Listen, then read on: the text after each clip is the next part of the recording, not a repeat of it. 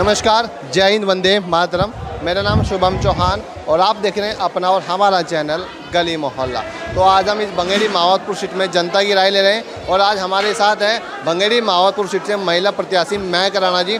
तो इनसे जानने के प्रयास करते हैं कि अब चुनाव जनता का माहौल कैसा है और हवा किस ओर बह रही है। और महक राणा जी फिलहाल अपने 2 माह के बच्चे के साथ चुनाव प्रचार में जुटी हुई है। तो ये बिल्कुल एक तरह से ऐसा दिखाई देता है जैसे रानी लक्ष्मीबाई अपने बच्चे को पीठ पर बांधकर युद्ध के मैदान में लड़ पड़ी थी। तो महक राणा जी फिलहाल चुनावी माहौल कैसा है, क्या लग रहा है आपको?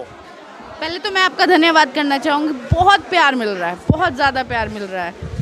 जनता का अच्छा प्यार मिल रहा है, सपोर्ट मिल रहा है जी, बहुत प्यार मिल रहा है। तो अभी तक आप किन किन वादों को लेकर और पार्टी की किन नीतियों के साथ जनता के बीच में आप जा रहे हैं?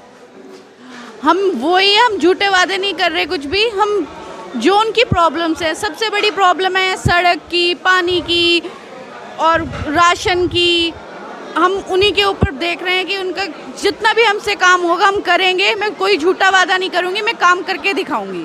मतलब ये कह रही थी कि महक राणा बड़ी बड़ी बातें नहीं कर रही है? नहीं नहीं, बिल्कुल भी नहीं। मैं वही करूँगी, मैं अपना काम दिखाऊंगी आपको।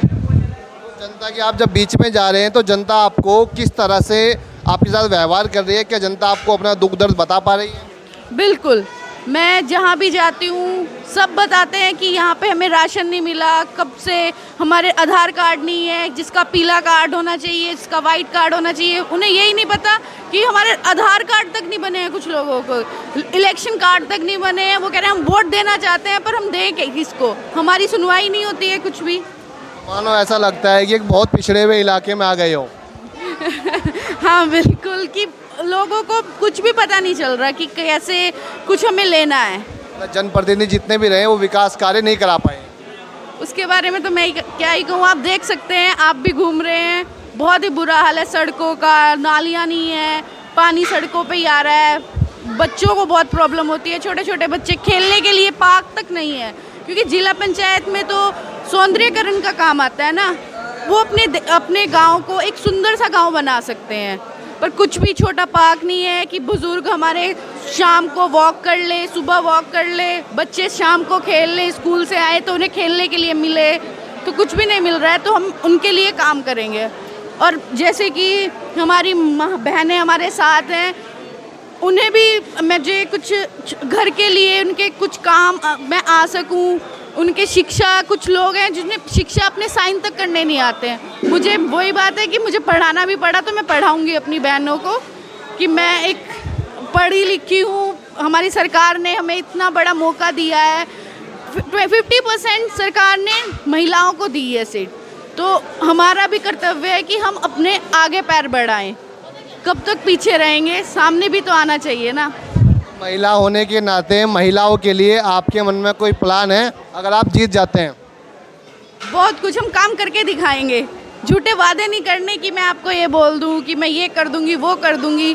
देखिए, जो भी नीतियाँ आएंगी मैं उनके अपनी बहनों के बीच में लेके आऊँगी, और आप मुझसे जब मिलेंगे तो मैं आपको बताऊँगी, देखिए ये काम हो रहे हैं, आप दिखाएंगे ये काम करें। अच्छा, प्रत्याशी और भी हैं और पार्टी और भी हैं, तो फिर महक राणा को ही बंगेड़ी की जनता वोट क्यों दे? जनता ये जानना चाहती है।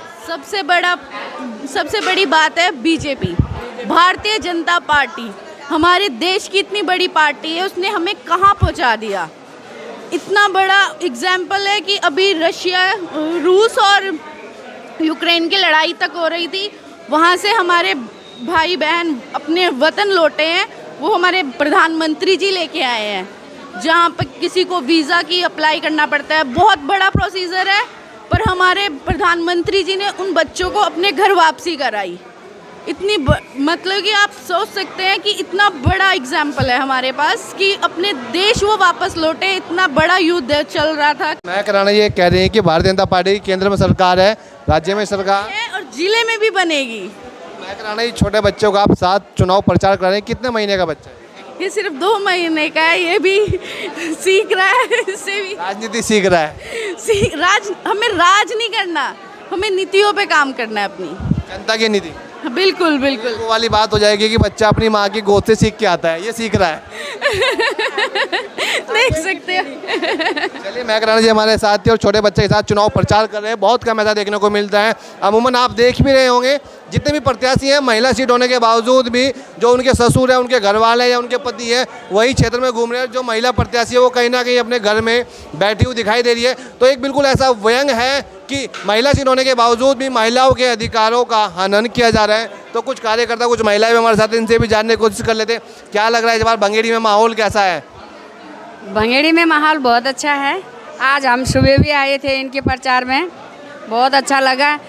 भंगेड़ी वाले सभी समझ वाले होंगे, विकास चाहिए होगा इनको। रास्ता, जो रास्ते की प्रॉब्लम है और जो रोडों की है प्रॉब्लम, बहुत गंदगी देखा हम लोगों ने। और इन्हें ये विकास चाहिए होगा तो महक राणा को जिताना चाहिए। अगर विकास चाहिए तो महक राणा, हाँ, मैं विकास करेगी महक राणा, पूरा विकास। ये जो अभी हमारी ये सरकार ने महिलाओं को और ये तोहफा दिया है, विकास करने के लिए तो दिया है। महिला आगे बढ़े, मातृ शक्ति आगे बढ़े, विकास कराए और मातृ शक्ति महिला के पास ही जा सकती है। जो चीज़ भी प्रॉब्लम हो हम ज़बरदस्ती इसको पकड़ेंगे, महिलाओं को पकड़ेंगे, जाएंगे कैसे भी। मतलब एक महिला दूसरी महिला से अपना दुख बता सकती है। हाँ, दुख बता सकते हैं, करा सकते हैं, विकास करा सकती है। चलिए, कह रहे हैं कि अगर विकास चाहिए तो महक राणा के पास आइए, आपसे जानने की कोशिश करते हैं क्या लग रहा है इस बार माहौल कैसा है भंगेड़ी में। भंगेड़ी का माहौल वैसे हमें लग रहा है कि सही होगा, क्योंकि ये भारतीय जनता पार्टी से इनको टिकट मिला है और सभी को पता है अभी देश में भाजपा जनता पार्टी का ये दावे चल रहा है। अच्छा, एक सवाल जानने की कोशिश करता हूँ आपसे। भंगेड़ी में एक प्रत्याशी खड़े, निर्दलीय प्रत्याशी सुभाष सुनार जी कोई करके ऐसे प्रत्याशी हैं। उन्होंने एक माहौल चलाया हुआ है, अफवाहें फैल रही है कि पहाड़वाद, प्लेनवाद यहाँ पे चल रहा है, तो आप उस बारे में क्या कहना चाहेंगे। मैं इस बात को सुनार जी कोई करके ऐसे प्रत्याशी हैं, उन्होंने एक माहौल चलाया हुआ है, अफवाहें फैल रही है कि पहाड़वाद, प्लेनवाद यहाँ पे चल रहा है, तो आप उस बारे में क्या कहना चाहेंगे। मैं इस बात को बहुत गलत समझ रही हूँ, क्योंकि हमारा पर्वत क्षेत्र से और आधा हमारा प्लेन्स भी आ रखा है उत्तराखंड में। हम सारे उत्तराखंडी है, ये हम अलग नहीं रह गया। वो पहाड़वाद, प्लेनवाद में जनता को बरगला के वोट लेने की कोशिश कर, ये हम इसको गलत मान रहे हैं। ये कुछ 2-4 ही लड़के हैं जो इस बात को कर रहे हैं, हम इसको नहीं मानते। क्योंकि हम ये है कि अब हमारा यही मकान है, यहीं रह रहे हैं और हमारा पूरा पहाड़ क्षेत्र से और जो इलाका हमारा प्लेन्स का रखा है, हम उसमें अपना उत्तराखंड समझते हैं और हक से रह रहे हैं कि हमारा ये उत्तराखंड की ज़मीन है। प्लेन सोचा पहाड़ है, ये उत्तराखंडी पहाड़ का उत्तराखंड नहीं कहलाता, प्लेन्स का भी कहलाएगा। और हम तो कहते जो प्लेन्स के हैं उनको भी इस मान के चलना है कि हम उत्तराखंडी हैं और पहाड़ के रहने वाले भी हैं, और हम प्लेन्स के भी रहने वाले हैं और पहाड़ के भी। ऐसे आप भी ऐसे तो पहाड़ के अमूमन आपके लिए पहाड़ में हर दरवाज़ा खुले रहेंगे, आप उत्तराखंड में हो। ऐसे कभी कोई बाचांस ऐसा है कि बाहर वाले को तो यहाँ हमारे को बद्रीनाथ जाने के लिए भाई अलग सा रास्ता में टिकट लेना होगा, बाकियों के लिए रास्ता खुला है उत्तराखंड वालों को, वो प्लेन्स वालों को भी खुला होगा। तो ये जिस तरह की अफवाहें फैलाई जा रही है गलत है, ये गलत मान रहे हैं हम। ये नहीं होना चाहिए, क्योंकि हम जितना इलाका हमारा उत्तराखंड में ये आ रखा है, कवर हो रखा है यूपी से, वो हम सब एक है, सभी एक है। पहाड़वाद, प्लेनवाद एक ही है। आप क्या कहना चाहते हैं इस पहाड़वाद, प्लेनवाद की नीति को लेकर। देखो, इंसान ऊपर से आता है, जन्म लेकर आता है, उसको ये नहीं पता होता है कि मेरी जात क्या है। ये लोगों ने आकर आगे ही बना दी है कि ये पहाड़ी लोग हैं, ये देसी लोग हैं, ऐसे नहीं कहना चाहिए। पहाड़ के ही लोग हैं, सुभाष सुनार जी वो प्रत्याशी खड़े हुए, उनकी पत्नी हैं, उन्होंने एक ऐसा माहौल बनाया हुआ है।